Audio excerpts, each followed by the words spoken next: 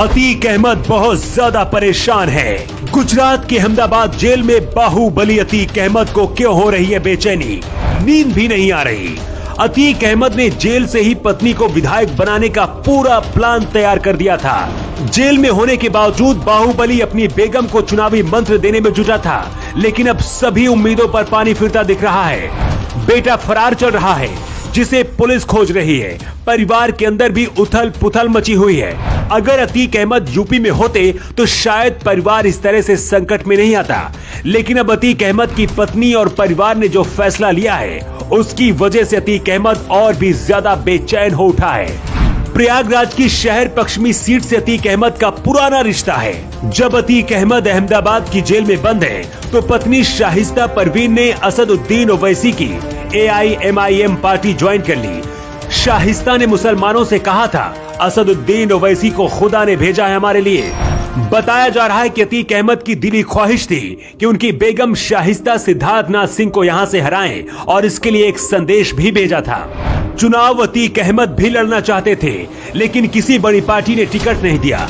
दूसरा डर ये भी था कि अगर इस बार चुनाव हार गए तो और ज्यादा बेइज्जती हो जाएगी, इसीलिए जितना भौकाल बचा है उतना बना रहे।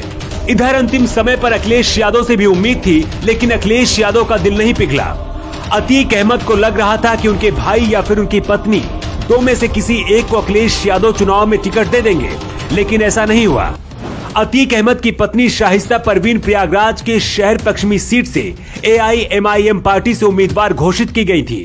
इसकी जानकारी खुद AIMIM के प्रवक्ता ने दी थी, लेकिन आधिकारिक घोषणा नहीं हुई थी। लेकिन अब खबर आ रही है कि शाहिस्ता परवीन चुनाव नहीं लड़ेंगी। सिर्फ शाहिस्ता ही नहीं, बल्कि अतीक अहमद के परिवार का कोई भी सदस्य अब चुनाव नहीं लड़ेगा।